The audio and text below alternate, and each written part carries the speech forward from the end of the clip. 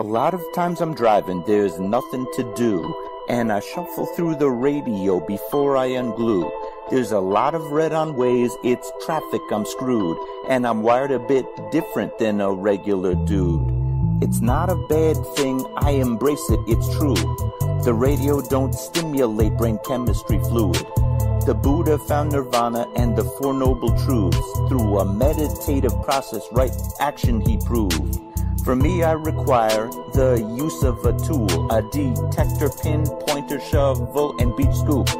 I'm meant to work the dirt with my history crew, but everywhere I look, my interest taboo. Most people choose Bieber over Tippy Canoe.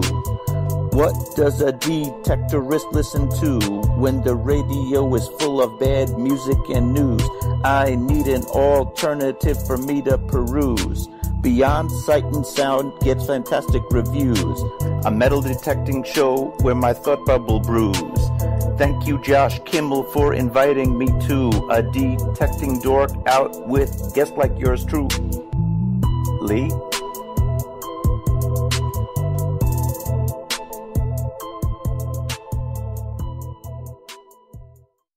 Are you looking for a high-quality beach and sand scoop?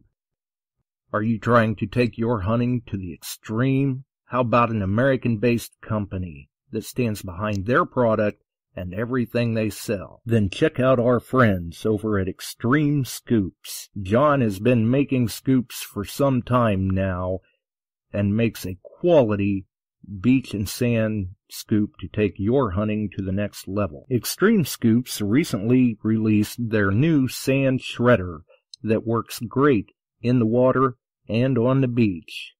And if you're a new Equinox user, you may want to check out his Surfmaster X3 that can trap those small targets you new Equinox users are finding out there.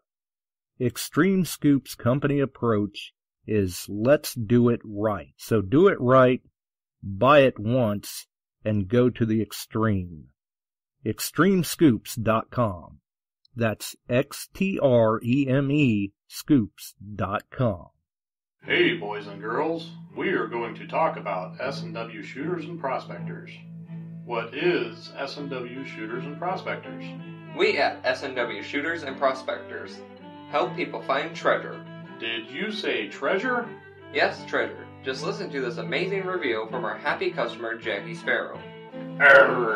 Chocolate ship-shape and a pleasure to deal with. I was able to buy everything that I needed at prices that were shillings less than others. I found my 9 pieces of meat in no time. Savvy? I know you're asking yourself, why should I shop at S&W Shooter and Prospectors? Chuck Smalley has over 45 years of metal detecting experience. He works with each customer one-on-one to customize their setup to match their skill level. So if you always dreamt of being a pirate, contact Chuck at S&W Shooters and Prospectors and he'll take a great deal for you. Eye patch and rum not included. Caution. Please do not operate motor vehicles or power equipment while under the influence of this show. Listening to this show could cause side effects such as bouts of laughter, violent binges of cabin fever, and even dreams of silver and gold. Please be advised. Now that the fine print is out of the way, on with the show. All right, the fine print's out of the way. It's time to roll with the show. We're back. We're live once again. You are listening to Beyond Sight and Sound, metal detecting and treasure hunting radio for all the really cool digging people out there. We've got the links in the description and in the chat. Obviously, our friends over at Shooters and Prospectors, Detectees, the Ring Finders, AIP, Extreme Scoops, Nook the Macro website, Metal Detecting Beyond Sight and Sound Facebook group, Metal Detecting Central Illinois, the I&I Facebook group, the Relic Hunter Facebook group, Detect America, quite a few there, All Metal Militia, Can't forget them. And then obviously there's Ohio Metal Detecting, Crazy Spider Adventures, Metal Detecting NYC, Detect Ed Outdoors, All Metal Militia, and The Quarter Hoarder, all on YouTube, if you're into the YouTube side of things. And then there's always the other miscellaneous usual suspects in there, as well as in the chat. I see we've got Jersey and Pennsylvania and Illinois and Alaska, just North Carolina, Florida, all sorts of people dropping into the chat tonight. Nice to see, definitely nice to see. Good to see everyone. So obviously tonight, and it amazes me how time flies, because I didn't even realize until I got the computer fired up earlier tonight and everything. It's been probably 4 years since we've had Quarter Hoarder on the show. So it was long overdue. It was time to get him back on the show. And obviously we do have him on tonight to talk about his detecting. And all of a sudden he just vanished off the screen. Well, let's see what we can do about that. See if we can get him back here, because he was right here. So we will take a moment and try to get him back. Okay, so now we've got him back.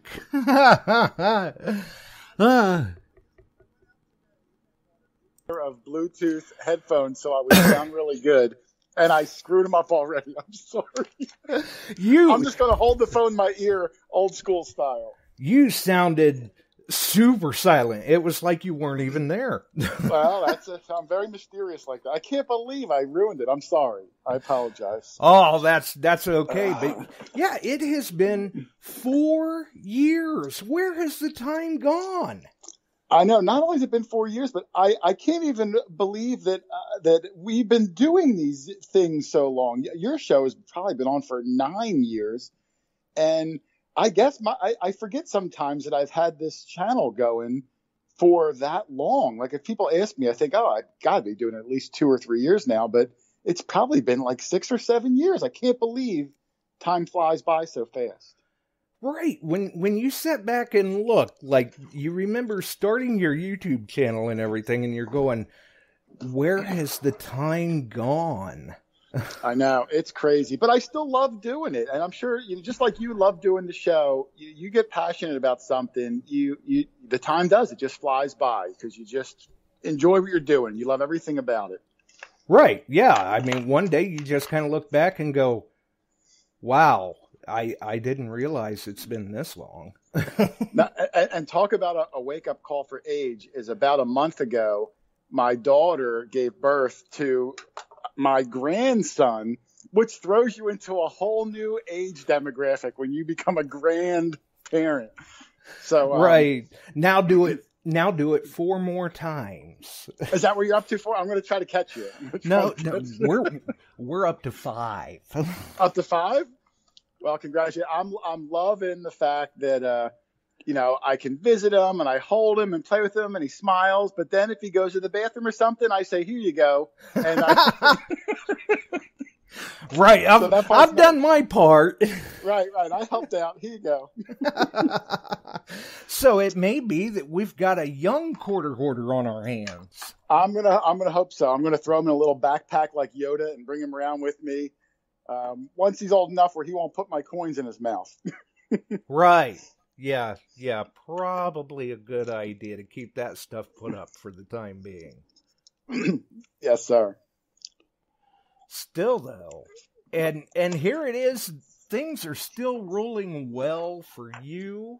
The YouTube channel has just, it has absolutely blown up since the last time you were on the show. You've been a very busy person. Yeah, I've gotten very fortunate. I'm no master detectorist. I make no claims to be.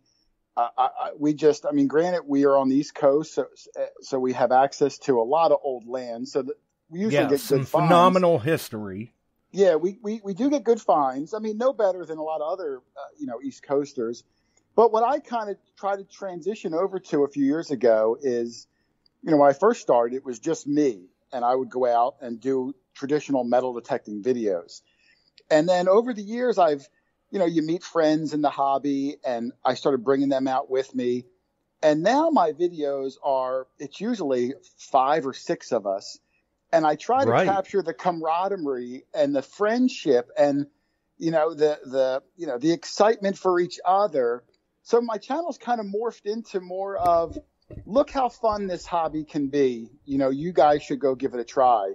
And sure, there's good finds, but not always. My video last week was just all Hot Wheels cars. That's all we found. But you know what? It was fun, and we had a good time, and there's jokes, and it's family friendly, and that's what it's all about.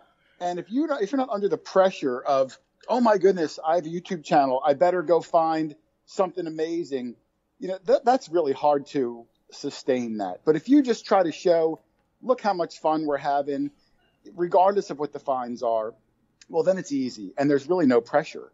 Exactly, and you hit on it right there. I mean, it's supposed to be a hobby. We're supposed to go out and have fun. What happened to let's just go out and have fun? If there's good finds, hey, that's icing on the top, which I know it was very nice to see that Dog Tag Doug is still in the videos. And a few videos back, killer find on that half-cent. He's been on a roll for 3 weeks in a row. He found a Mexican 8 real, our first 8 real ever, and it was beautiful condition. Oh yeah, I remember that. He found that, which was amazing. The next week, we were at another old house, and he found a 1694 William and Mary in really good shape. And even though we find old stuff out here, it's very, very rare we come across a 1600s coin, let alone one with detail and you can see it. So that was amazing. And then the third week, he finds that 1793 Liberty Cap left-facing half-cent, which is incredibly rare. I mean, it's worth thousands of dollars out of the ground. Professionally cleaned could be worth $25,000, $30,000. So that's amazing. So that's why last week, when all we found were Hot Wheels cars, I said, thank goodness, because people are going to think I'm full of baloney. I got to put up a Hot Wheels episode because this is starting to look like a crazy town. But you never know. You never know. I mean, and it looks like we're on this incredible hot streak. But, keep in mind, too, there's 4 or 5 guys detecting from 8 in the morning till 7 at night. And, out of all those holes and all that time at a colonial place, you're bound to find a couple of good things.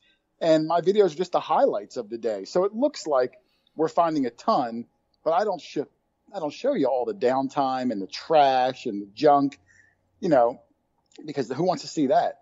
So you're just seeing the highlights of the day. So, of course it looks like, wow, you guys are on the greatest spot ever. Not really. We're on a decent spot, and we happen to get lucky and find one really good thing.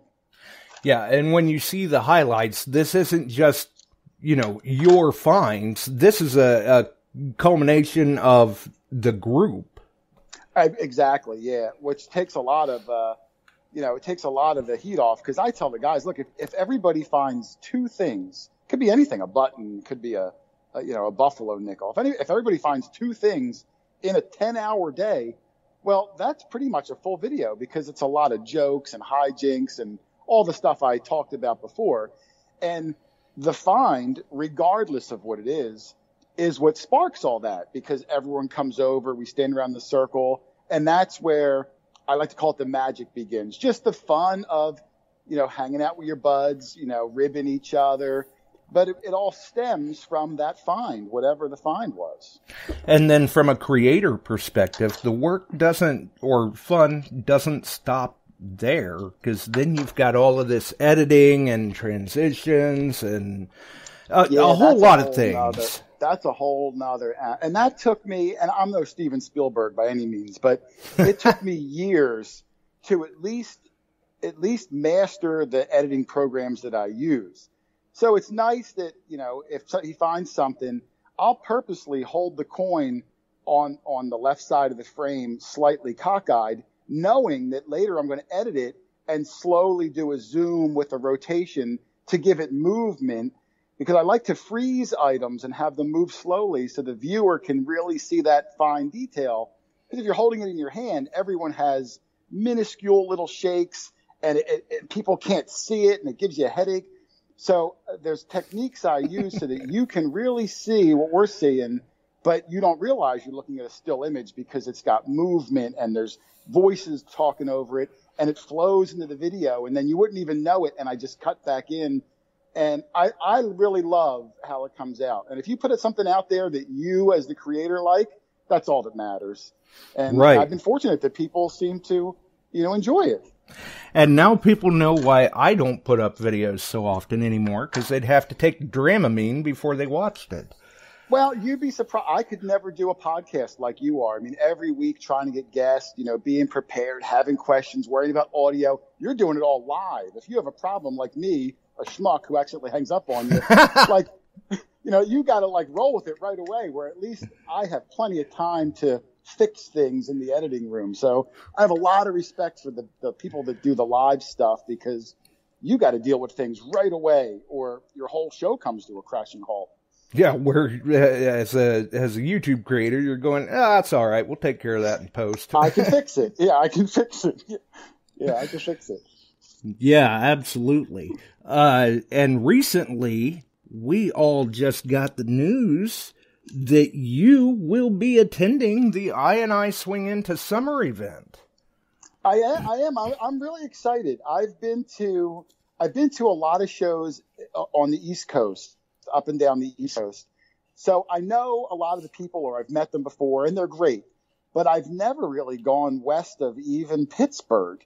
So I'm really looking forward to meeting for the first time a lot of people that I've only heard about or emailed or messaged, because it's very rare I get that far west. So I'm really excited to be coming out.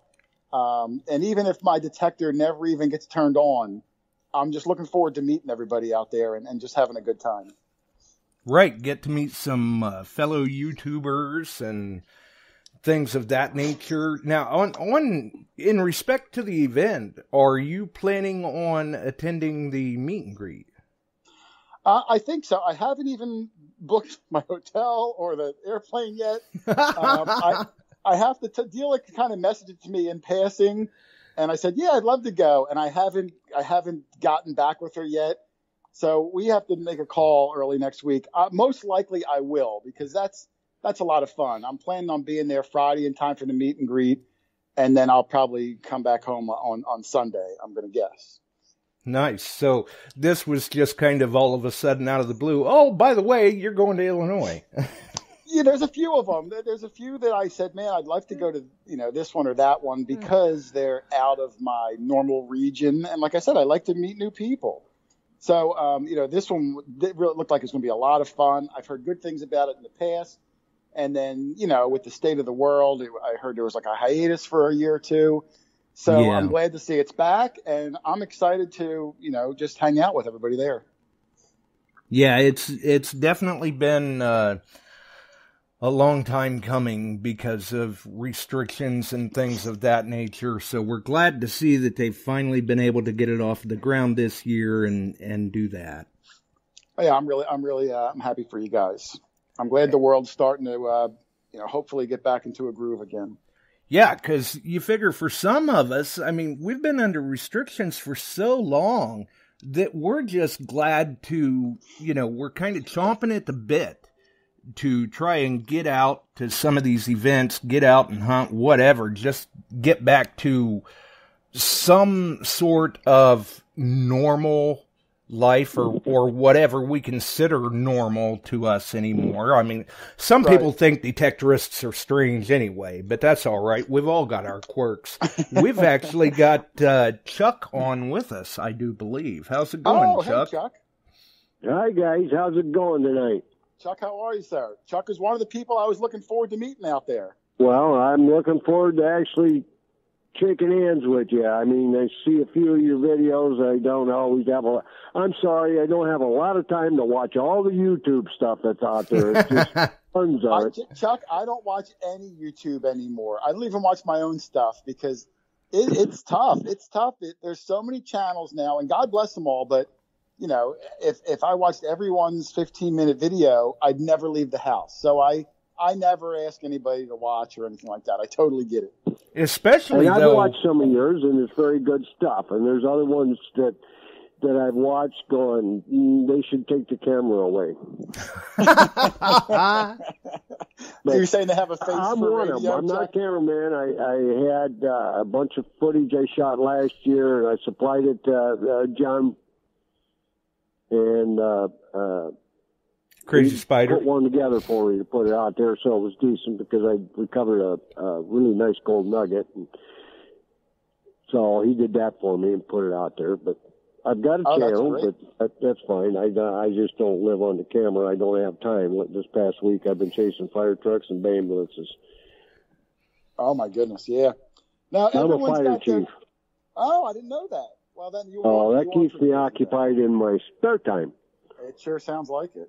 Yeah, but you'll get to come out to the tall corn country, and if you're expecting in that area lots of rolling hills and valleys, no. If you're expecting great vistas, no, because the corn will be about at that point about 6 feet tall, and you'll travel miles of it. So you'll see a lot of green.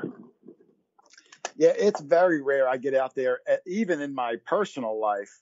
So I'm really looking forward to it. I've flown into O'Hare once, but I've never left the airport. So I've really never even seen Illinois. And there you go. It looked like it was a good 3-hour drive. People come to Illinois and they tell you, oh, Chicago. No. There's a whole big state, you know. Chicago lays over on Lake Michigan. We could cut it off and float it out, and that'd be just fine. Right. It's kind of like its own little country on its own. Yes, it is. Oh, I but know. We're looking forward to having you, and you'll get I don't know, Andy Savish will be there, Charlene. We'll have Ronnie DeGhetto, the DA crew sounds like they're all coming out. We'll have Mark Hoover, Gary Penta. We've got, just a whole, Rob Rizzo's coming out. He's a YouTuber. John Crazy Spiderwhite. John White's coming out, YouTuber, and he's one of my geek experts. Yeah, I know. And Frank Juarez. And if you want to know anything about how to find maps and work with maps, Frank's the man. And just a whole long list of people. And it's a lot of fun. And one of the goals for our hunt isn't necessarily just to have a hunt. It's to bring people together. They can network. They can learn from the experts that we bring in. I'm good friends with Andy, and I've actually taught classes with him on the 30-30 and that kind of stuff. And we try to impart on that. He's doing 2 one-hour mini camps, as he calls them, at the hunt. And just would like to have people share their knowledge base. We have some people in this club. This club's been running since 1971. Well, if I told you that's before I was alive, would you be offended? But 1971, they started the club. I joined early in 72 and been with them pretty much ever since. And there's a couple guys in there that are some of the best hunters I've ever known in my life. And they're basically unknown, Ray Grip and Don Finch. And they both, Don literally has a museum. He started hunting using I can't remember which brand that you put together yourself. And then he bought different ones. And this is like 1962. Well, so those two guys alone have been detecting for over 100 years together. Yes, sir. Yeah. That's amazing. That's incredible. Yeah. And Don got into Civil War artifacts in the mid-'60s traveling around, and he has probably he has a collection that would rival Steve Phillips. I bet back then, I wonder if you could walk right onto like a Civil War battlefield with a detector and detect back then? Yeah, this was before restrictions. Yeah, Yep. Can you imagine having that much freedom to go almost wherever you wanted to? I can't even imagine. Right. He has never sold a coin except for some of his gold coins. The man's found over 20 gold pieces. Wow. Well, I've never sold anything either, but I know people that have, and I get it. I mean, you can't take things with you. I just have a hard time parting with these pieces that when I look at them, they make me smile. And if I sold it for $100, you know, I'll spend that in 2 days and then I'll be really bummed. So I've never held it over anybody, but I've never sold anything myself personally either. Right. Yeah. I mean, you've always got the pictures or the video, but it's just not the same. I like to hold it in my hand. Yeah. I like to walk by. I have displays in my house and shadow boxes and stuff. And I walk by and I might see a glimpse of something I dug, and it instantly takes me back to that day, who I was with, what the house looked like. And, you know, you don't get that from a photo unless I pull out like a photo album or sit in front of my computer and scroll through. So I like the physical object, and you never know. Like I said, it just puts a smile on my face. And that's why I just can't bring myself to part with anything. You know, I've never even cashed in any of my clad that I've ever dug. I still have every piece of clad in mason jars in my garage. Wow. My name is the Hoarder for a reason. One thing I did, I wanted to put together a 20th century typeset, and I wanted it in high grade, so I would get a certain amount of Roosevelt late date Mercs, Washington quarters, Benjamin halves, this kind of stuff. Build them up, and I had a friend of mine that ran a coin shop in the Quad Cities, and we'd swap around, and he helped me put it in this typeset. There's 3 coins that I found that made the grade of what you would call BU or above, and 2 of them are Barbers. One's a Barber half, and we put together this 20th century typeset. Now I have that. That was the one thing I can call I have a true collection. The rest of it is finding stuff, and it becomes an accumulation. Yeah. It is an accumulation. That's why I try to put it on display in the house, because then I feel like I'm giving it its just due. There you go. There you go. Especially the relics. It's hard to display coins. I haven't figured out a way to display coins. So most of my display cases are relics, with the exception of I do have some coins on stands and in cases, but like, you know, I don't know how many Mercury dimes and Washington quarters I found, maybe a couple of hundred. Like, how do you display them? You just don't. So as much as I like finding coins, at the end of the day, I bring them home and they go in like a box, you know. But if I found like a 1600s handmade padlock a few months ago, like a museum quality piece. You're talking like Jamestown era stuff. And it's one of my favorite pieces. And I love looking at it. And on that same day, I found 4 silver coins. I couldn't even tell you where I put them. They're in a box somewhere. So it's funny that a lot of people love to see the silver because they associate it with value, where I'm more of, I chase that story, or I chase that piece that has a history. And right. I want the history. I want the story behind the find. I love that. Yeah. Because a coin is almost meaningless. I mean, unless it's like a really rare one or one I've never dug before. But for the most part, I love it in the moment, but that moment quickly fades. And then I gravitate back towards the buttons that I found, or the padlock, or whatever, you know, a suspender clip. Doesn't take much to get me excited. I just love interesting things like that. Or like a monogrammed piece or a love token. Sure, absolutely. I love that stuff too. When you get that more personal item. Yeah, personal items. I get a charge out of those and the small toys that you find. I've got all but one piece of the Cracker Jack train set. And they'd have a meltdown because that was made out of a zinc lead composition and put in boxes of food. Really? Yeah. Oh, I got the engine, the coal car, and a caboose, and I needed another passenger car. I have one passenger car, and it's partially broke. I found them various places early on, and I've got those. I'm not parting with those because they're hard to find, I've And a never lot of found the one or early heard of anyone toys were finding made one. out of lead. You imagine the meltdown they'd have today about lead toys and boxes? Oh, I know. It's crazy. We find sometimes pewter spoons, out here. Mm-hmm. And I even think like, wow, there was lead in these and they're putting them in their mouths, at every meal before they realized that lead was, poisonous. And you just think about that. With mercury too, so what the heck? Yeah, but you think like, wow, this is a pewter baby spoon. They were feeding their baby from this lead spoon, possibly killing them. No wonder why the life expectancy was 30, so 40 short years back then. Yeah. So those things are really special because of that story behind it. Yep. Absolutely, I agree.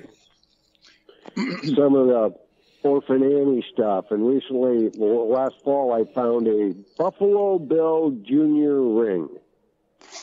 Really? And that was a television show for like 2 years, and that was some sort of a advertiser prize. Yeah, I found it, and I saw it, and it said Buffalo Bill Jr. I had no idea that I wasn't around when that TV show came on, so... But you know who Buffalo Bill was. You had heard of him, right? Yeah, he's from right across the river. Oh, is he really? Yeah. I found Buffalo Bill stuff Iowa. Out here. He was born out near McCausland, Iowa. I found a Buffalo Bill belt buckle, a couple of tokens, and a watch fob, and they're all in my display cases. And, I don't know how they come out to New Jersey, Pennsylvania area, but I'm glad they did because I love the graphics on there and, before my time too, but I certainly heard of him. Very cool. There are a few things in the general area here. They had a little Cody Museum out there where his birthplace is. You go to LeClaire, you can go to the American Pickers. There's some stuff that you can travel around and see out here. In Galesburg, if you're a railroad fan, that's the town to be in, Galesburg, Illinois. Well, don't tempt me, Chuck, because I promised my wife I'd come home Sunday, and by the way you're talking, I might have to push it to Monday. There you go. They do have a railroad museum there. We have quite a group coming out, and people that are novice, from new to novice to even experienced, there'll be something to learn there for you, and we'll have all the major vendors. Of course, Nock is our main sponsor, but we've also have Garrett, and we'll have KG and Ringy there. And, those are good guys. We'll have Chicago Ron. White. We'll have Mind Lab and XP Deus. Oh, that's great. And Russ Calderona's group from Fisher. Oh, Russ is coming too. Yeah. Well, Russ can't make it. He's sending a couple of his... the influencers. Oh, influencers, okay. Yep. Okay. I think I know them. I met a lot of them in Oklahoma, part of his crew. They're all good people. They did a kids hunt. I was at an event in Oklahoma, and Fisher was hosting the kids hunt. And I don't want to throw anybody under the bus or anything, but because it was Fisher, a lot of the other manufacturers didn't want to help, and the kids were trying to partner with an experienced person. So I went over to the Nokta tent and I grabbed all my guys. I grabbed Barack, the Nokta rep, and we all went over and put any manufacturer differences aside to do it for the kids. Right. And you know what? All the pictures that came out of there, it was Fisher and the Nokta guys helping the kids. And the other companies didn't want to do it because of, this tongue-in-cheek rivalry or whatever. But, sometimes you do it for the people that are there. It doesn't matter. That's right. Right, do it for the cause. That's our goal at this hunt, is to bring people together. They can sit down and listen and learn. Yeah, there's YouTube videos. Yeah, there's the internet, all this. But, when you sit down and you have people that are actually giving you some hands-on time, showing you more about your detector than you may pick up on YouTube, it's a good time. No, yeah, I agree. Yeah, I mean, it's always I'm not a 20-year-old anymore. I feel so bizarre to consider myself a YouTuber or an influencer. I like to think of my guy who likes to metal detect, and I put him up online to try to convince other people that they might like the hobby. Now, whether that's an influencer or not, that's my goal, is to show people the fun and build the hobby up, if I can, by bringing people on. And that's why I wanted to go help. That's what I try to do with. So when she threw your name out there, I said, that's going to be good. That's going to be very good. You'll fit right in with the crew out here. Oh yeah. Absolutely, yeah. Yeah, no, I'm not worried about that at all. I'm really looking forward to meeting a lot of people out there. And the Friday night meet and greet, that runs from 5 to around 10 o'clock. Because there's a whole bunch of people going to have to get up real early to get all their stuff set up that morning to get people start coming in the door at 8 a.m. And I saw, Chuck, I kind of have the chat up a little bit. It's going really fast. But I saw if I pay $499, I can have dinner with Mark Hoover. I'm really excited about that. Mark also said that on there for $1 you can have a burger and a beer with KG and Ringy. Yeah, Mark, well, there's something going around on the net there, and I saw it posted today by one of our members on here.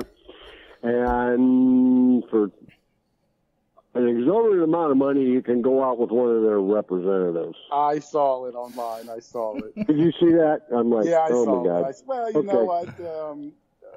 I'm not going to comment. If that person if you want money, God bless him, I guess. If anybody out there wants to come to the hunt, $10 get you in the meet and greet, and everybody will be there that night.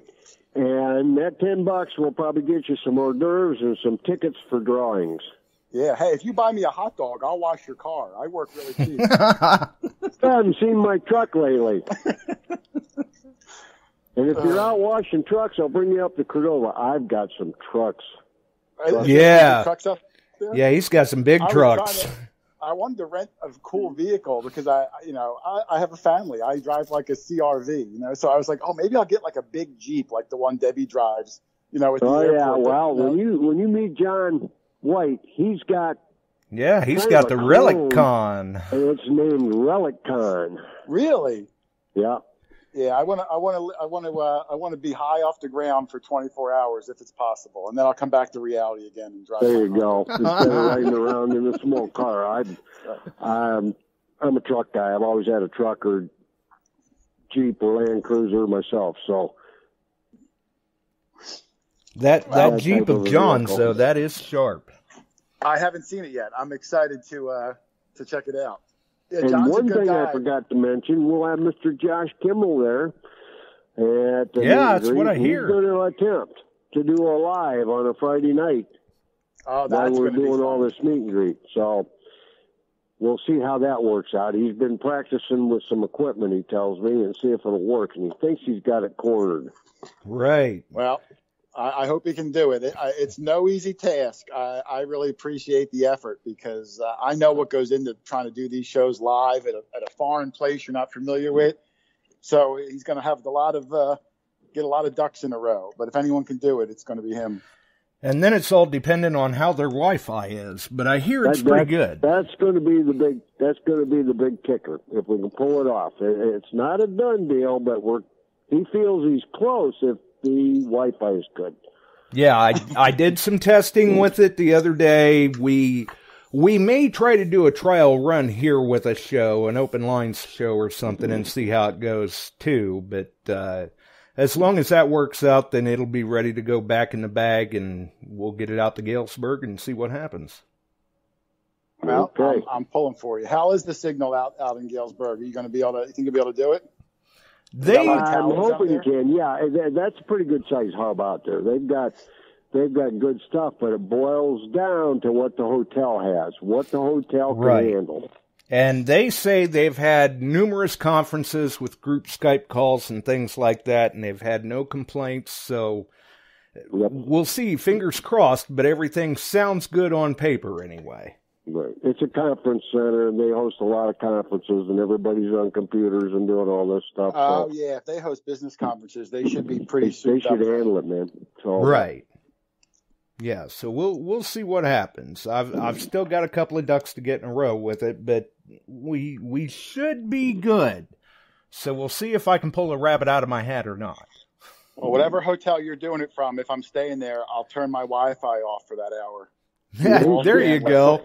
Every little bit helps. Yeah, well, if you all of you can walk over and chat a little bit with Josh, and and be on the live, and we're just going to have a good time. And everybody, including you, will have a slot up on the stage to introduce yourselves. There'll be people there that know you and don't know you, and talk about just like we're doing tonight on the show. We have about a 10 to 15 minute slot. We have Chicago Ron Guinazzo coming. He will be the MC. Chicago Ron was on a show called Big Wars. And he did a documentary on mudlarking. Yep. And he'll do a good job up there. Oh, yeah, he always does. I can't imagine anyone named Chicago Ron is going to be a good talker. You're not a shy person if you're nicknamed Chicago Ron. He's a talker, that's for sure. Firefighter. He's about to retire. He's 25 years as a Chicago firefighter. God bless him. Yeah. And I think he did 8 years Marine Corps before that. Yes, sir. Oh, wow. That's a lifetime of service right there. Yes. Yeah, he stays very busy. No moss grows. No. So it's going to be a good time, and we welcome you, and we watch your videos. You're one of them that pops up. I'll watch your video, and there's a couple others, and there's a bunch of them that have been out there about 6 months that are running around kind of crazy, and I look at them and go back to the drawing board. I see some of them pop and John White will tell you I'm not impressed with a few of them. It's just like, nah. Nah. Get off the air. I haven't watched a YouTube video in probably like 2 years. So there's so many channels, and I'm not familiar, but I do see them pop up in my feed too. And right. you can, I can usually tell just from the picture, like who's doing it for the wrong reasons and who's doing it for the right reasons. That's correct. That's true too. Because there are plenty of them that get into it for the wrong. Gary Penna or Mark Hoover? I know both of them. I've never met them in person, but I've known Mark, from the internet and whatnot, several years. And Gary, I was fortunate enough that Gary made me one of his custom miniatures, which is such an honor because, he doesn't sell them or anything. So, for him to send me one, that's right in my top display case. Nice. He does amazing work. So I'm looking forward to meting him. I didn't know he was coming out until, just today when you told me. See the things you learn. Mark is a great guy, and he's into all the deep history of Florida and the coast and wherever else, and he's an interesting gentleman to talk to. This will be the second time he's come up to this hunt, and of course we got waylaid for the past couple of years. We've been wanting to do others, but the last time was 2017 in Illinois. They wouldn't let any more than 5 people gather in one spot at a park. Yeah, it's tough. We had the same here for a while too, but it seemed like we kind of came off the restrictions, and some of the country were still having a lot of restriction issues. So I'm glad things are getting back kind of normal. I mean, I don't want anyone to get sick or spread anything, but at the same time, life is really short. I mean, how long can we hide in our houses? So there's got to be some middle ground, and hopefully we're finding it. Yeah, I hope exactly. We are too, sir. I hope we are too. So, but I think I saw the one where the guy, your partner there found, was it the 8 Real? Oh yeah, that's my main guy, Dog Tag Doug. He usually travels with me. He can't make it to Chicago, but he's the guy that's been on fire 3 weeks in a row. He got an 8 Real. He got a 1600s William and Mary, and then he got a 1793 left-facing half cent, which I think there's like a... That's the showstopper for me. That was amazing. That's one coin that's eluded me is a half cent. Well, and this is the rarest one. I mean, they think there's only 1,000 that still exist. It's the very first half cent ever made, and it faces to the left. And then the next year, and throughout the run of this Liberty Cap, it faced to the right. And I mean, it's dug, it's in rough shape, but you can make it out. And it's such a rare coin that even in that terrible shape, it's got a lot of value. And, I don't do this hobby for the valuables that come out of the ground, but it's nice to find something that mainstream America still finds valuable monetarily. And Right. it's just great to find something that's just so rare that it's exciting. So yeah, he's been on a heck of a hot streak. Yeah, you don't see That's those cool. turn up very often. No, especially when I'm standing 2 feet from him and I'm finding Hot Wheels cars. You know what I mean? That's the way it goes. Yeah, that's the way it goes. And One guy's over there, he's going, look at that guy, I got a gold coin. I said, well, I just dug another pull tab. and it comes around. I mean, everybody has That's their right. day, and I'm just as happy for him if he dug it, and he'd be just as happy for me. And that's what real friendship is. You know, there's never any jealousy or anything That's like the fun that. of it in the field. It's getting Right. over it and making the decision to make that dig, get it up out of the ground, and see what you got, good or bad. Yep. Absolutely. And it looks like the whole group just always has such a good time.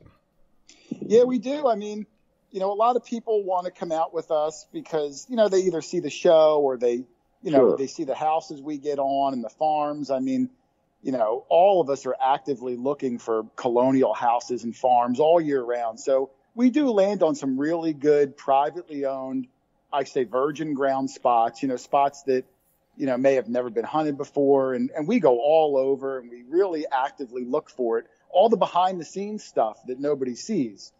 So we do really have a good shot at finding amazing things, you know, And every these week. and some of these are large areas, so you guys are covering quite a bit of huge ground. fields. Yeah, we try to. Well, like I said, we go with a large group, so we don't try to do like a small little townhouse. You know, I need a place that's going to sustain 6-7 guys for at least a 12-hour day. And most of the time, we don't return. The next week, we're already on to a next spot. We line things up weeks in advance. We already have houses lined up, I think, until the 3rd week of May, because you don't want to be in a position where, you know, that day, like, where are we going to go? Where are we going to, like, that stinks.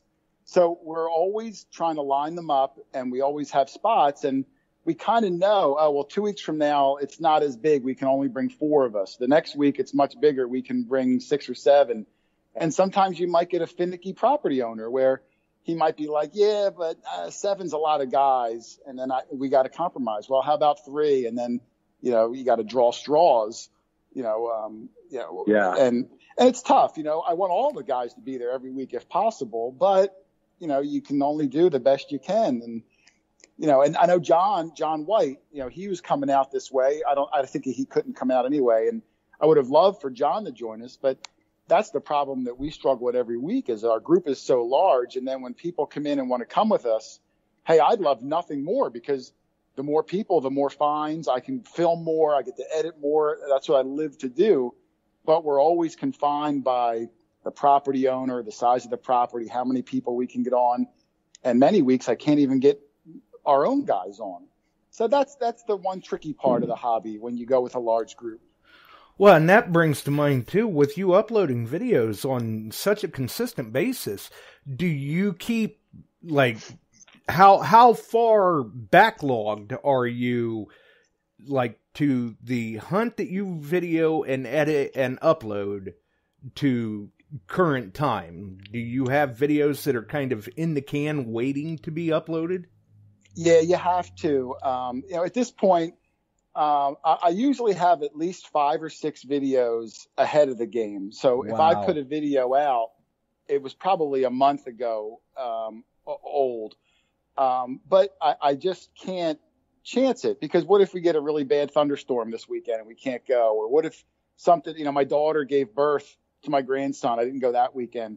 So things come up and, you know, the guys might go out, but I'm the only one that films. I'm the only one that would edit it, you know, so it's almost like if I'm not there, there's no video. So, yeah. And, you know, they'll still go and they'll have a good time, but a lot of times they'll even wait because, you know, they're part of the show too. And they enjoy it and they get the notoriety of it. Not saying we do it for that reason, but there's a certain enjoyment to it. You know what I mean? When you get thousands of people watching and commenting and, you know, I'm not going to say it's not exciting, but that's not the reason, at least, especially in the beginning when, you know, for the first year or two, Josh, I mean, I was lucky if 10 people watched and 2 of them were me and my wife.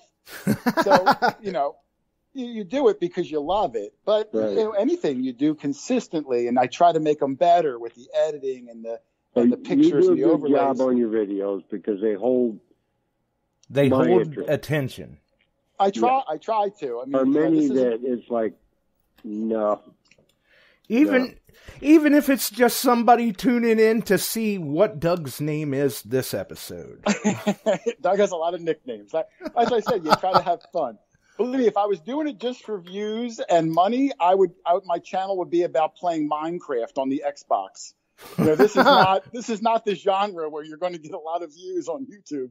But I just love what I'm doing, and I even love, as time consuming as the editing is, I love doing it because at the end when it's done, you know, I'm kind of proud of it. It's like a piece of art. You know, it tells a story. You know, if there's a beginning, where we are, why is this place significant? Here's all our finds. Here's a recap at the end.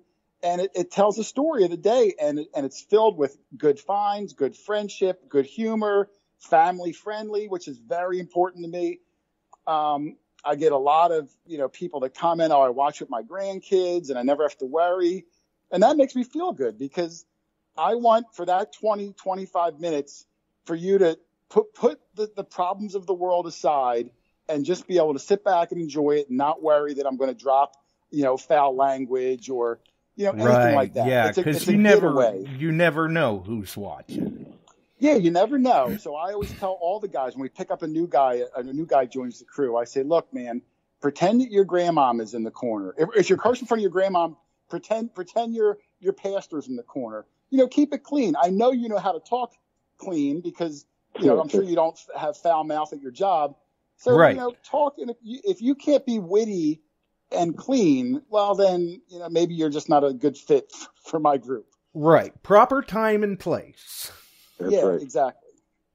So, no, I'm very big on that. And I'm not like a prude in real life by any means, but you don't know if kids are watching or people. I don't want to be, you know, that guy.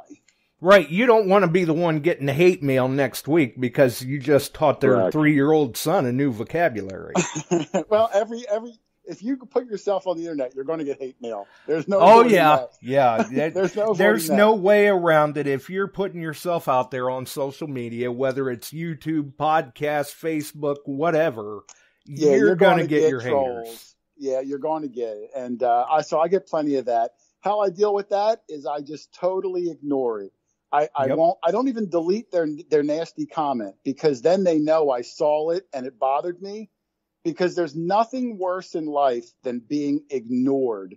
So I just totally ignore them, and they usually go away. Yeah, exactly. You take away their cookie, they don't get a reward, so they get bored with it and move on to someone else that they can get a reaction out of. And at this point, so many people have said negative things. There's nothing you can say that's going to offend me, you know. So you're just ignored. That's all. Even if I block them, you know, they know I must have gotten to them and they'll make another account or something like that. I just ignore it. Let's let their comments sit there and die. Right. Yeah. And with the number of comments you get, it doesn't take long for it to get pushed down. Some weeks, yeah. I mean, I announced a week or so ago, Dealic is giving me a legend to give away. I'm going to do a live stream. The first live stream I've done in 2 years, me and all the guys. And June 4th, I believe, or no, April 4th, I think. April 9th. April 9th. And so Dealic gave me a legend, and I got a whole prize from some vendors, and I got detectors and shovels, and because I don't do this very often, so I wanted to make it, you know, in a big event.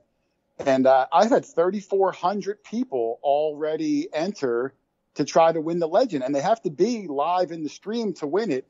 So I'm thinking, man, how am I even going to draw a winner and see the person raise their hand if there's thousands of people and I didn't think it through. So now I'm like, well, geez, how the heck am I going to find the person? You know, right? You're going to have them tag you in the chat or something. Maybe. I don't do a lot of live stuff, so that's why I said that it's a different animal. Like you would have thought it through and tried to figure out a way it would work. I didn't think about it because normally my things are pre-recorded, stagnant. I can control everything. Live, you kind of give up some control. Yeah, you get into a whole different arena there. Yeah, so I got to figure out. Maybe I'll put Dealic to work. Say, Dealic, you got to look for your name because you're mailing it to him. Yeah, there you go. Know. We'll figure out something. But yeah, April the 9th, I'm excited. We'll see how, I'm going to have to go get a haircut so I look presentable. I don't think I cut my hair in 6 months. Yeah, see, we're coming out from under restrictions. Everyone's making appointments with their barber and everything else. Well, the good thing about being the guy behind the camera is I'm very rarely in the video. I'm usually talking, I'm commentating, but I don't have to look good. I don't have to brush my hair. It's the other guys that have to like all doll up. So, right. So yeah. How do you doll up when you're out digging in the dirt? Well, you just make sure there's no dirt on your face, and everyone does. We call it a nose check. Make sure there's no snot. Yeah, well, down that's your nose, good because I see a lot of guys doing their own video. They got the camera down. My wife complained when I do go lives. I use that. Get the camera up in your face, not below your chin, because you're looking right up your nose. Yeah, things like. Well, luckily I'm very tall, so when I'm holding the camera, I'm always kind of looking down on somebody, which is nice because it's a flattering angle at least. There you go. There you go. Well, most of the time now I'm just pointing at the ground what I'm digging up and talking about what I may have found, things like that on the go lives. And I pop it up, I roll it out, I talk about it. I'm like, oh my God, look at this nice halftime or whatever I just dug. And I got quite a bit of people that follow that. See, that's why I stay behind the mic. I don't need to be in front of the camera. I belong behind the mic. You're going to have to cut your hair for the go live that night at the meet and greet. I'll look presentable. I can't speak for Josh.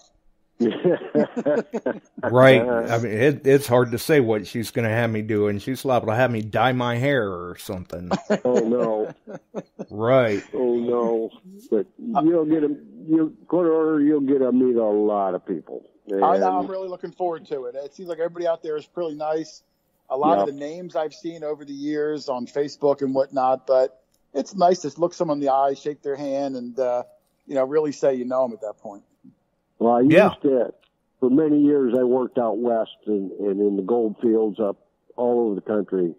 And I got quite a base of people that follow me from the West Coast because I'll go out there and I'll go out gold hunting. That's my favorite. I mean, I literally go back up to Alaska this year. And last year we had a really great trip up there. We found a lot of gold. Some big gold was recovered. And it's all detecting pretty much. We did run a slick plate and some high bankers because others hadn't done it yet. But I like to get up in the old gold fields and detect the tailing piles and that kind of stuff. And I've done fairly well at that over the years and got involved in mining and running. Well, I was working on a site we were running 110 ton an hour. Wow. Ooh.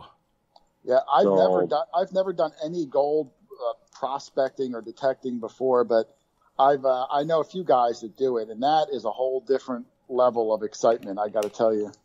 Well, I tell people that they'll say, well, last summer I pulled a 2-ounce nugget. The biggest nugget I found is 3 ounce, and a gentleman with us up there on the trip last year got a 7.1 troy ounce nugget. Wow. And at 7 ounces, is that even a nugget still? It's like a rock. It's called a specimen. That was a horse choker is what it was. Yeah. You could kill a guy with that. And he called me over. He was just up the line from me about 100 and some odd yards out. And I ran up there on the bike and stopped, and he dropped it on the tank, and I looked at him, and I picked it up, and he goes, "Is that a real deal?" And I kind of had to rub it on the pant leg and spin it a little bit to get gold doesn't come up in this bright, shiny form all the time. You got to clean them up a little bit. Right. I told him right there, I said, you do not know what you have in your hand, period. And he was offered before he left $30,000 cash for it. He turned it down. But like crazy. You, he didn't sell it. He took it home. He uses it as a paperweight on his desk. A paperweight on his desk. Really? Yeah. Wow. But hey, what a conversation piece. Yeah, absolutely. I mean, that's a lot of money. I mean, go find a 2-ounce nugget and come home and dig a couple memorials. There is a loss in there. No, you get spoiled, as I say. I have it not nearly with that kind of exact scenario, but we'll bring new people out with us a lot because I love the excitement when they dig their first buffalo nickel or even their first wheat penny. Yep. Where my regular guys, we find them so often that you kind of don't get excited over them anymore. So I bring new people out. That's why I love kids. Yeah, they'll be excited. Rusty nail, man. Yeah. They're wondering where it came from. Why is it? How come it's like this? Why is it square, kind of all lumpy and rusty? I said, it's very old. Oh, that's treasure. I've actually had them tell me that's treasure too. You take your group of guys out and they're digging old nails. They're not happy. No, that's that's why. So it's a different mentality. But we bring these new guys out to a virgin colonial farm, and they dig, 3-4 large cents and seeded coins. Mm-hmm. And then, all right, hey, it was great hanging out. And next week they go back to their local school that was built in 1990, and they're finding pencil erasers. They're ruined. You know what I mean? They're ruined. It's got to be the same scenario with you. You dig a 2-ounce nugget, and then you come back here, and you're digging up scraps. It's a tough adjustment. Yep, it is a change. It's a heck of a reality check. To drag some of the crew from around here and others that have came and met with me up there and hunt a couple sites and other places in the country where we've done all right on gold and see them find one for the first time, no matter what size. It doesn't have to be very big. And it's just like, oh my God, I'm the first one to touch that. I'm the first one to pick that up. There's a difference there. Now, a man-made item that is rare, like the half-cent you're talking about, why is that there? Who lost that? There's only 1,000 of these made. That's a rarity. But you're the first one to pick that gold nugget up. It's God's gold. You're meant to find it. That's the way I look at it. And when Mike dug that 7-ouncer, and that's the largest I've seen come out of the ground raw. In that state, I've seen pieces with gold running through it, but that was a solid gold nugget, and that was a very nice piece. And he just had a big smile. I believe it. I can't blame him. Smile, and he goes, "That's real." I said, "That's all." Yes, sir, that is real. That's one of those where it's almost too big to be the real. It's larger than life. Yeah, like give me a scale. Like what size is that? Like in comparison to, let's say, like a golf ball? 2.5 times larger than a golf ball. Wow. That's a gold. Big chunk of gold. Can you imagine? I'm surprised that their equipment missed that. You said you were detecting their tailings. How did they miss that? Well, okay, that tailings pile, now we were working in this whole area. Steve Pomeranke dropped the dozer blade in there and cleared that out. Now, this is along one of the most famous gold strikes in the world, Anvil Creek. And he pushed it. Well, we're finding 1897, 98, 99 Indian head pennies. That is the first year. So we were right there, and the old sluices had they were terrible. They lost so much gold off the sides. They'd break down, they'd drop to the ground. They wouldn't redig it. They'd fix the sluice and keep running because the narrow time slot. Gotcha. And it blew out and was never found. Yep, time is money. Yeah. That thing was so big it might have rolled right over the sluice and just landed in the pile. You know what I mean? It might not have got caught up in the... And at that point, it looked like just another rock. Like that haven't even been touched yet. I mean, Steve brought the big baby out. I mean, the blade's 2 stories tall. Wow. That's amazing. There, and we took a lot of gold off that. Quarter ounces, half ounces, that 7 ounces, all the way down to some sub-gram. There's more there, sub-gram size. And with our detectors today, the multi-frequency units were doing very well up there. But with the PIs and that kind of stuff, you can find a lot of gold. You got to go back to the same area next year? Absolutely. Yeah, we're headed back up there end of July into August. I've got 20 guys going with me. Wow. How long do you stay for? A week. 1 week? Yep, 1 week. They're booked up. They don't have any more room on this site. And this is so famous an area of old gold that people literally line up to go there. I mean, it's a great spot. It really is. And I've got a good group of guys going. Some are seasoned up there. They've been up there a few times, found gold with me, and they know what it's about. So we bring people in. And to see one of those guys find a gold nugget for the very first time, there's nothing like it. Oh, yeah. It's got to be really exciting. So I spent most of last week just trying to get spots opened up for them so they could find gold. Then I went on up, and that's when I found the 2-ouncer was up outside on the Steese Highway. So this is the kind of stuff you're getting on these colonial sites. Hopefully they've never been hammered to death. And you're finding some neat stuff. I watched your videos. I mean, it's great. Well, we try. There's never guarantees, but not from lack of effort, I'll tell you that. Well, yeah, and I see those guys. I think they dig every sound they hear out there. Pretty much. And that's the way you got to be on a site. You've like got that. to. Same way up north for Colonial gold. Farm, every repeatable town. The number doesn't matter. If it's repeating, you got to dig it, and yeah, you get rewarded. I mean, buttons. I've on my machines, I've rung up buttons that came up in 8 or 9, and then as high as in the 50s. So you can't let the numbers discourage you. If it repeats and you're at the right spot, you got to dig it all. And, right. And you're going to dig a lot of trash, but you're going to get some good surprises in the mix. Same way if you go to England. I've been over to England a couple times. I plan on going this September, late October, and hopefully everything still stays open. And you dig everything. Yeah, you got to. Who knows? The smallest little copper. You could be walking away from a Roman bronze that reads a goofy number. Yeah, you never know. You don't pay attention to that. You just dig it.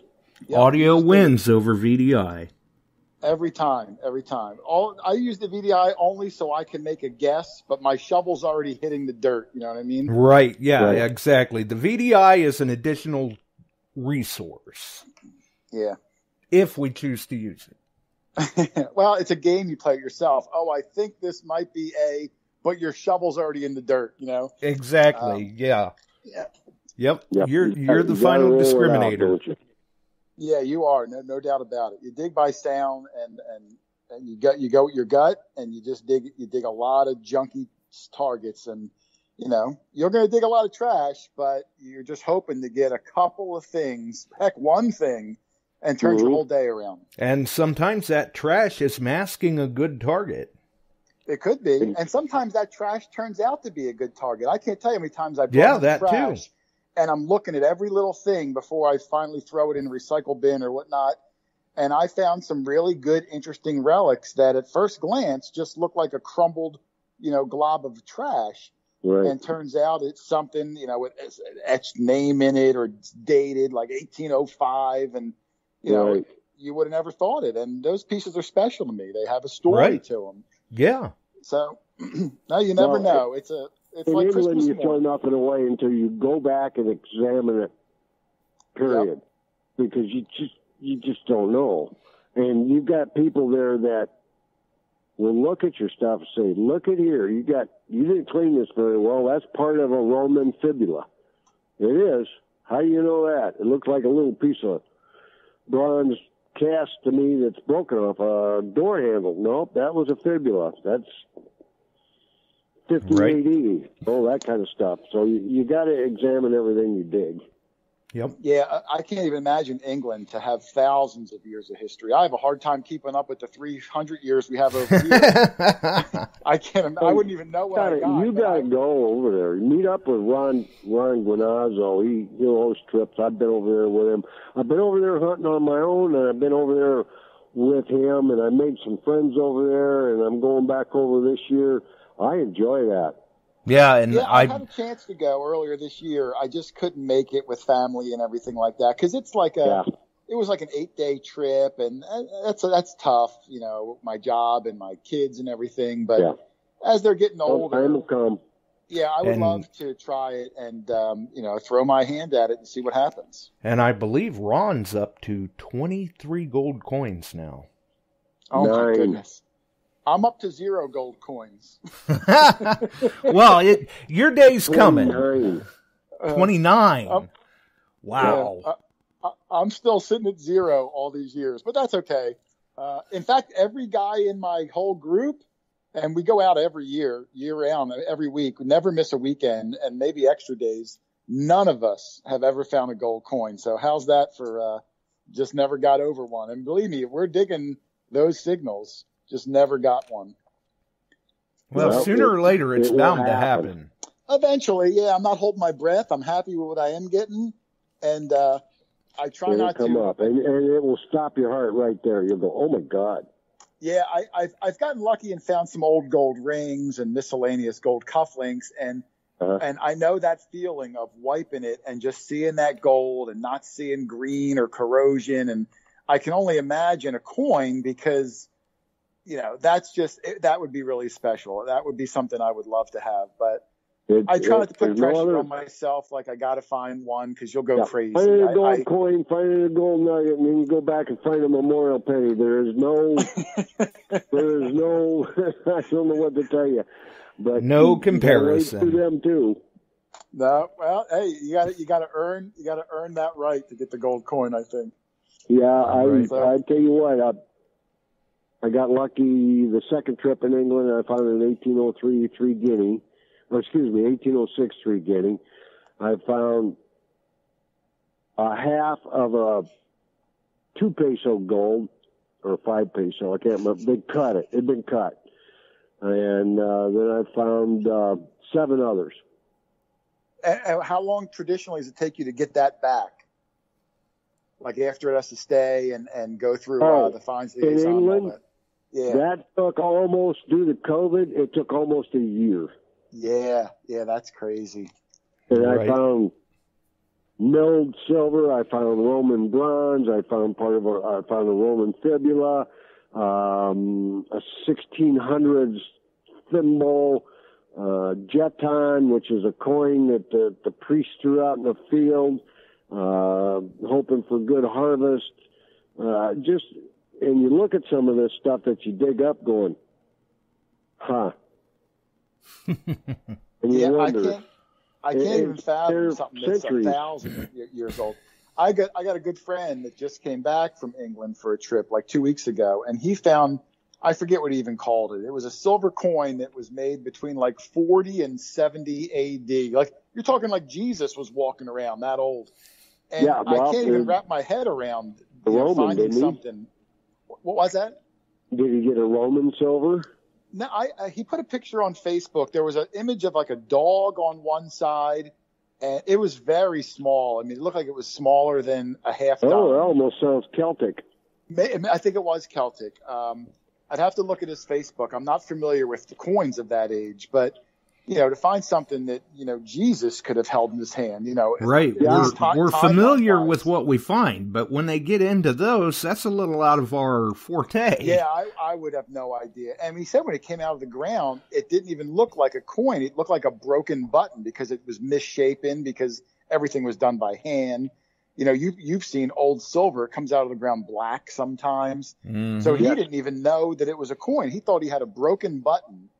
And it wasn't until I got back in the van that he started looking at his finds and then saw a face and started cleaning it and saw it was silvery. And, the finds liaison had to tell him what it was when he got back to the camp, that it was, this amazing, 2,000-year-old coin. Yeah, see, I'd probably be going, wow, that's interesting. What is it? Yeah, you don't even know. How do you keep up with all the rulers over there for thousands of years? And these guys that are over there, like Ron, they'll pick it up and go, oh, this is such and such era. This is a hammered from the 1400s. I was with a gentleman there, and we were digging in a pasture, and he says, come over here. I'm getting this signal. I'm having a tough time with it. And it was raining, and it was muddy, and I swung it, and we were working, and we got it out, and there were 2 William and Mary coins in there, and they were both tin. They're made out of tin. Oh, the original ones were tin, and then they made copper ones later in their reign. I saw them online. Yeah, they were like a tinnish color. No, I have seen them. And And I He heard was like maybe you would static. They know, were Chuck. actually about bigger than a quarter, not quite a $half size. I heard a rumor that when guys go over to England, when they find like 1700s, like King George II's, they're such like, it's almost like a memorial penny to them, and they just throw them in the hedges. They call it ditch fodder. Right. Yeah, They'll can you literally imagine throw that? them in the ditches. Yeah. Oh, I just glanced up at the chat. Dennis mine. Brent DeCord, he put in there what my buddy's coin was. It was a Celtic Cunabellin. I think I don't know if I'm pronouncing it right. But Okay. that was my buddy, Jeff Ford, that he commented on that found that Celtic coin. But, nice. yeah, so those trips are always special, and going up into the gold fields are special to me. And getting to go down along it, I hunt the Treasure Coast, and I'll tell you what, I got the corner on lead sinkers in this world. I have go gotten out some with lead sinkers. out with Gary Graydon. He finds a Malvides, and I get a 4-ounce lead piece. And then I go out with Terry Shannon. He finds a ring, and Chuck gets a fake Real. Those are the breaks sometimes. But you'll you've had. It sounds like you've had plenty of good days yourself. I just, I hunt all day long. I'm walking back to the truck. I'm 50 feet from the truck. I get a signal and dig it. It's the best find of the day. I could have walked 50 feet from the truck, dug that, and just went home. That happens often too. That happens often to us. We'll park and we'll walk a mile to where we think the hot spot is, and then after we've given up for the day and come back, right around the vehicles, we'll find some good stuff. And I think, man, why did we waste our time walking all the way up there? This was the good spot. Right. We should have just started here and worked our way out that direction. Yeah, well, we do, but you just make a beeline, and on the way back, as you're dragging a little bit, you're kind of swinging a little, doing more rows, and then we'd hit these good stuff right by the cars, and I'm like, this is crazy. Like all the time, we walked all the way out there and found nothing. So it's crazy how that happens sometimes, right by the cars. Yep. Right. I don't know how many times I've had that happen. It's just like, oh my God. I'm glad I'm not the only one then. Oh, no. And one of them I found was a goofy token here a couple years ago. Walking back to the truck, it rang up right in the range of a zinc penny, and I better get that out of there because I'll hit it again because I was working that spot quite a bit. Pull it up, and it's a token good for 2 cents. Said meat on the back, PK Iowa, and ends up being one of the rarest that you could imagine. I put it online. They put it in the World of Tokens book, and I'd hunted 2 hours coming back to the truck and found that. That's amazing. You just never know. I know. love old tokens too. I don't know if you've ever seen that website. I think it's called Token Catalog or something like that. Mm-hmm. And whenever I find a token, I look to see if it's on the website, because if it's not, you can add yours. Right. And it's almost like a badge of honor to be able to add tokens, because they have a very extensive token website. Oh, yeah. I've got a few up there myself. Yeah, I love it. What surprised me is they called me and asked if they could put it on there. Well, if you've got that many, they would appreciate it, because they're trying to put together a real comprehensive. I mean, imagine how many different tokens there are. There's got to be millions of them. Yeah. And we were at a good spot over the My winter. phone, I just put a picture up trying to get more information on the town and that and figure it out. PK, Iowa. About 1900, there was a mercantile there. He had a 2 cent, a 10 cent, and a quarter token. To have the whole set, you've got the Valhalla of Iowa tokens. Really? That's the hottest one there is. If it had been bright, shiny out of a drawer, $1,200 to $1,500. Wow, that's crazy. And yeah, there's some super people valuable were calling, giving me offers that started at $250. I ended up at swapping for a whole bunch of silver for it. Wow, that's great. Yeah, we found some good tokens over the years too, and they're so exciting. Especially you get like one that's like, we had some that were like, save 2.5 cents on Grandma Wilson's tomato paste or whatever. And I love those just bizarre sutler type tokens, and for like these small businesses, or save a penny off a game of pool. I love that regional tokens. Store cards from the Civil War. That's the ones I really, really, really like. Yeah, it's hard not to like them. Oh, yeah. So that's all kinds of fun stuff. This is the kind of stuff that, when people talk to you about what do you find, this is what I'd rather tell them other than, I found $3 in clad quarters. Well, it's funny because some people only want to know about the silver coins you find, and because I guess they can relate. They know what that is. And they know what that is, yeah. And they can't relate to the other things. And that's what I try to put on my videos is just how special these other things are. And I'll go on, and I'll put up graphics and things like that because everybody knows a silver coin is good. You do a good job with your graphics. Well, I try to make it.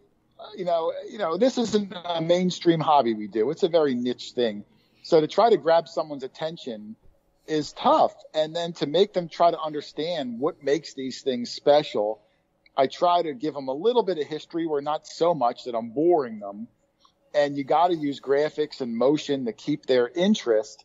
Right. But, before they know it, maybe they do have more respect for the hobby, or maybe they do appreciate some of these things more. But not from lack of effort on my part. I try to present it as best I can. Well, if you watch somebody just out detecting and they say, I found a quarter. They go down the line, I got myself a clad dime. It's almost, I equate that, I'm not a great guy to watch golf. If I'm going to do it, I'll play it. Mm-hmm. But watching detecting can be, you have to give it some oomph and talk about things and keep moving, and you do that with your guys pretty good. There's some that just, oh my God. Well, maybe they'll get better. I mean, I know my early ones. Oh, you do good. Yeah, it takes a while to get into a groove and figure out what works and what doesn't work. And, it took a while. And I kind of go by, I'll look at old videos and I'll see how people like things presented. And then I'll try to incorporate that more. Because, if you're a detectorist, you probably know who I am. So you're either already decided I'm going to watch or I'm not going to watch.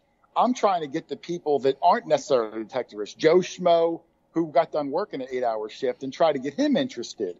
So the detectorists, they already know, or, they're going to watch it or not. It's just like us with this hunt. We want to bring people in that have just started, along with people who have been there a long time, and they can share their thoughts, ideas, and learning curve with them. Yeah, and the new people, I mean, they'll remember that the rest of their life. You know what I mean? They even if they didn't find it, if the guy next to them found it, I mean, they're going to remember that forever. They get such an appreciation from it. It's great to bring new people out because you really open their eyes. Absolutely. Well, we're looking forward to having you to the hunt. I'm going to back out of here and let you guys finish up. And it was a pleasure talking with you. I can't wait to get to meet you. And we'll keep you busy over the weekend. I'm excited. And get that hot dog ready, and I'll bring a sponge for your truck. There you go. There'll be a whole bunch of hot dogs noon Saturday, trust me. You're talking my language. There you go. Chuck, Have take it easy, brother. Night. You too, man. Thanks for the call, Night, Chuck. Josh. Yep. Well, Talk to you later. Before we get on out of here, recently you had uploaded a tutorial, kind of a walkthrough of the settings of the Legend. What are your impressions of the Legend? I really like it. There has been a lot of controversy online about it. I just think people sometimes just don't like change. Right. And any new machine, they're going to poo-poo it. And there's a lot of brand loyalty out there. And I try to always be open-minded. I never knock another machine. I try to think any new machine is good for everybody because it'll make every other machine manufacturer want to do better, want to push the envelope a little bit. So I wanted to put it out there for people that would never buy it to at least see what it can do.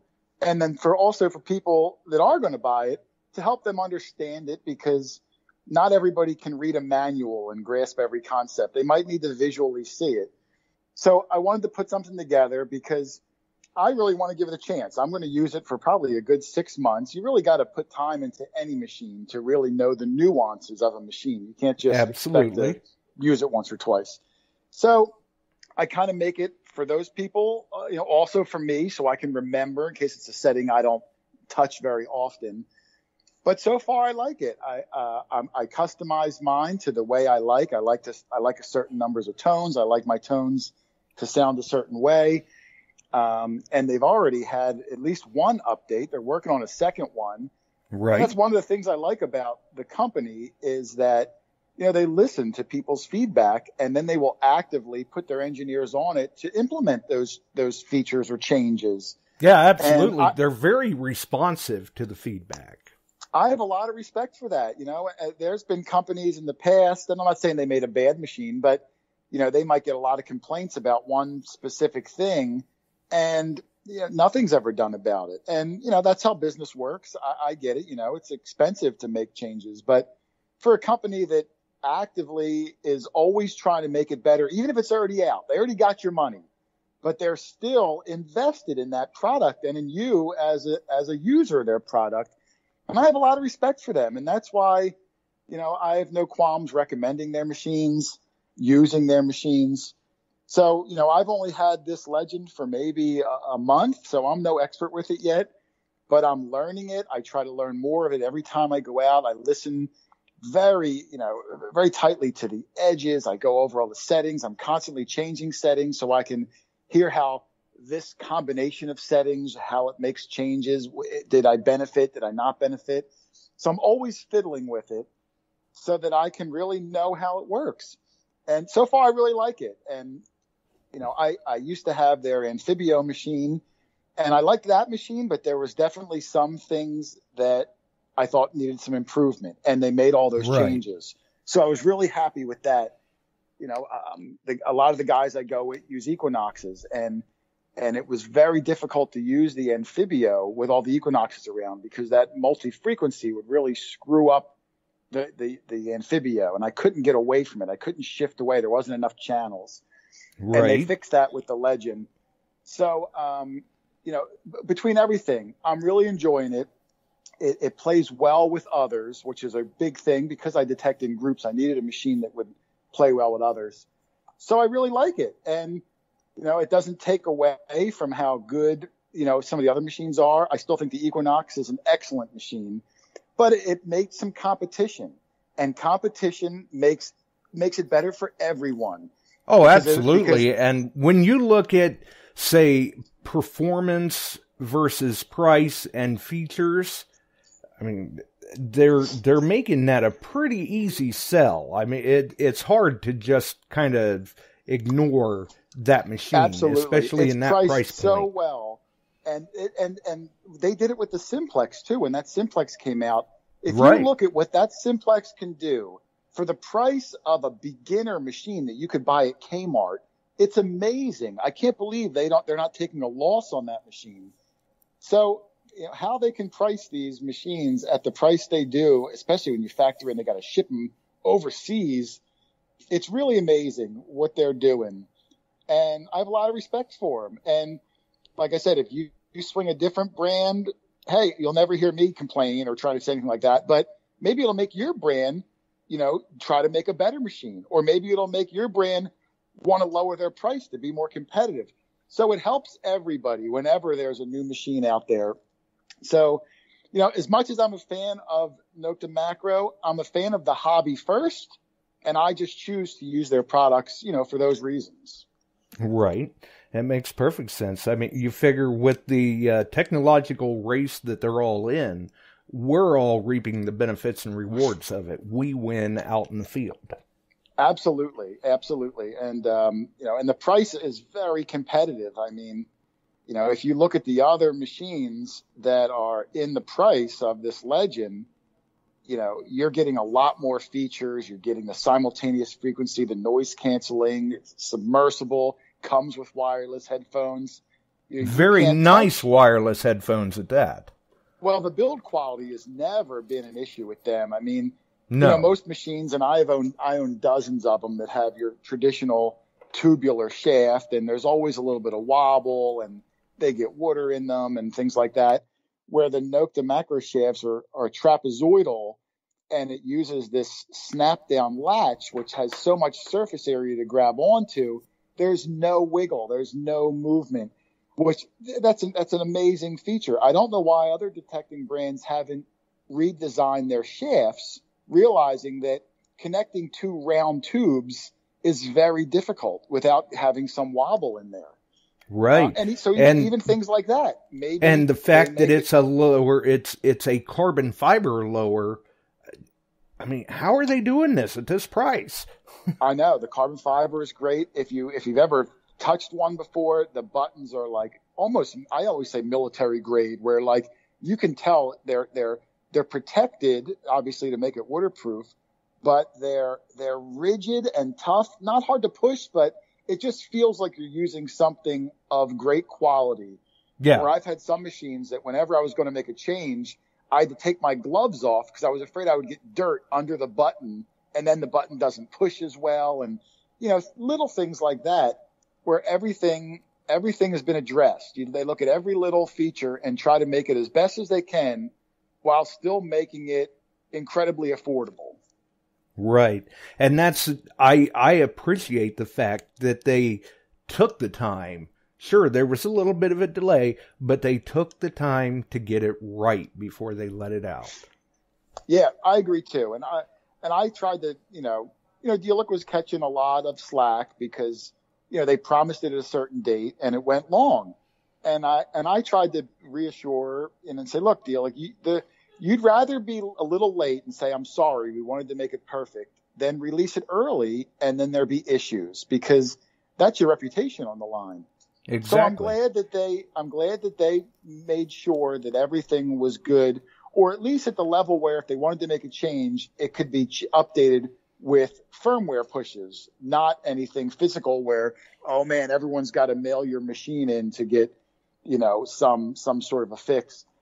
So right. I'm really happy with it so far. Like I said, I've only had it a month. I'm no expert on it yet, but I'm really enjoying it so far. It's been doing me pretty well. I've had some good finds with it, but good finds isn't a judge of the machine necessarily. If you go to the right spots, you can find, I could drag a pinpointer behind me on a rope and probably hit a couple of good things.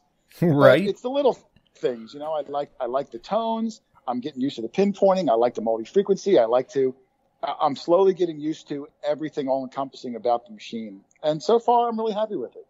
And you mentioned the Simplex. Nice to see that they made the change on the charge port with the threaded knob now, as opposed to just the rubber boot on the Simplex. Yeah, just sticking in there. That's what I say, little things like that. Every little thing has been addressed. Yeah. From hardware to software. Even if you look at like the arm cuff is it's like a thicker molded plastic where, ultimately you're going to put your machine on your shovel, stand it up to dig or whatnot. And, your machine's going to fall off sometimes and land on the ground. And I know me and my guys, we've probably broken a good 7-8 arm cuffs on different machines over the years. But you can tell it's just a nice, sturdy, strong plastic that's just going to give it that little more durability. And that probably cost them more, but that cost didn't reflect on me, the end user, anymore. Right. So things like that are what I appreciate. And I mean, that's kind of catchy where they're telling people now, why pay more for less? Don't settle for less. Yeah. I think that's their slogan on this machine. And, I don't like to ever say anything disparaging about any other machine that's out there. So I like to put it as, oh yeah, they all find metal. Apples. Yeah. I just think that if you're looking to up your game and get a simultaneous multi-frequency machine, I mean, for the average person, these machines are expensive. Any machine over, hundreds of dollars, the average guy is going to really do some research, and because that's a big investment. Yeah, and this may fit your budget better than, maybe your budget doesn't allow for an Equinox. Right, exactly. And, it's a great machine, but it is $1,000 now. They've upped the price again. Right. That's a lot of money for the casual hobbyist where, you can get this machine that has almost all the same features with some extra ones and wireless headphones, waterproof, and you're paying 2/3 of that price. Yeah, for a machine that's easily competing with other units that are twice, maybe even more that price point. Yeah. So and that's their niche, and they're pricing them well. And and if you're an Equinox user and a diehard Equinox user, at least now, maybe when Minelab comes out with their next machine, they're going to have to look at that price and say, wow, we might have to make this more affordable because of the competition, and that'll even help them. So it's a win all around. Oh, yeah. And I've said it many times before, I think they've got a real hit on their hands with this unit. I'm hoping so. I mean, I like it. It's been good for me so far. Like I said, I like to give every machine a really good run for its money so I can honestly have a good opinion on it. And so far, I'm really enjoying it. Ask me again in 3 months, and I'm hoping it'll have the same opinion. Yeah, that's the thing. Now we've just got to give it time, let the machine prove itself in the field, and let it speak for itself based on what's getting turned up. And there are people turning up some nice finds already. Absolutely. So we'll see what the durability and duration is. And I'm waiting for some of the, they're just now starting to send out the additional coil. So I only have the stock coil, which is a good size. 11 inches is a good stock size, but I like to always have a small coil and a large coil for the farm fields. So I'm waiting for them so I can kind of see the separation of those small coils along with the settings I can do to really kind of see how fast my recovery speed can be and how fast I can tweak the iron bias, which they're pushing out in the next update, along with a small coil to really make it efficient around houses that have a lot of iron, a lot of nails, a lot of junk around. It can be hard to do that with a big 11-inch coil. If you can cover less surface area, you can really get in there tighter. So I think the 6-inch one is just now starting to ship out. I don't have one yet, but that'll be a whole new game to try to work with that smaller coil. So I'm looking forward to that. Oh yeah, I'd like to see if it gets by the engineers and the engineers approve it. I'd like to see what one of the ellipticals do. Yeah, I'm a big fan of elliptical coils for any machine. If there's an elliptical coil available, that's my go-to. I just find that maybe because I'm so tall and I have a very big gait on when I swing, I don't need a coil that's wider. I'd want one that's longer so that I'm covering more ground with each swing. So I'm a big fan of an elliptical coil, and a lot of them are wide. They're round. Like whenever I had the Garrett, they were always round. My Amphibio, they were always big and round. But I do like that elliptical shape. So I'm hoping they'll come out with some. I know the new 6-inch one is a round coil, and I believe the oversized one's round for this first round. But then they are going to make additional coils, and I've been asking Delic for an elliptical one, only because I find it to be more efficient for my style of detecting. Right. Yeah. Your particular type of hunting and environment. Mm-hmm. Nice. Well, it sounds like. Yeah, it sounds like, once again, good reviews from you on the impressions of the Legend, and that's what we keep hearing. I mean, I've seen it, I've used it, I need to get out and use it a little more, but so far it's a great unit. Yeah, I'm very impressed with it so far, and we'll see how it competes. Like I said, months down the line, and I'm just glad that I can use it around other machines and now cancel them out, of that outstanding sound, because I had a difficult time with that with the Amphibio. And there's so many different machines out there now. It's hard to, especially when you go to like these seated hunts where there might be 50 people in a small area. Well, if you can't cancel those machines out, you're going to have a hard time. And you'll see it at this event. If there's a Garrett, and I love Garrett machines, I'm not knocking them, but when you have a Garrett machine and there's Equinoxes and Legends all around you, you're going to pick up a lot of noise and you just can't get away from it. You have to physically walk away from them, and you don't want to walk away from good areas. No, and not that's at all. one of the benefits of being able to do noise cancellations and things like that to get away from those other frequencies. Right, you've got your noise cancellation, your frequency shift. There's a lot of features packed into that unit to Absolutely. assist you in the field. Mm-hmm. You can't beat it at all. Well, we have definitely been on here for longer than what I had anticipated and had mentioned to you. So anything else that you would like to add before we get out of here? No, sir. I'm a talker. I apologize for putting you over long. Me and Chuck were having a good time. Oh, no, that's okay. And the listeners get a kick out of it too. Every now and then we just got to run a little long. Nothing wrong with that at all, but we certainly appreciate you for taking the time to sit down with us tonight. It's been long overdue. It has been. Well, you know what? At least, hey, every 4 years, if we get together, at least, hey, our friendship will go on for another 40 years. There you go. Well, hang in there with me for a minute and we'll get on out of here. Absolutely. So for everyone else, we'd like to say thanks for dropping by. Definitely. That was Quarter Hoarder. You can find the link to his channel or search YouTube for Quarter Hoarder. And, while you're there, check out that Legend walkthrough video. It was very well done. Definitely very well done. For everyone else, though, we're going to roll. If you can get out there and find something, get out there and find it. If you can, post up those photos. You know how we love to see them, and we'll see you on the next one.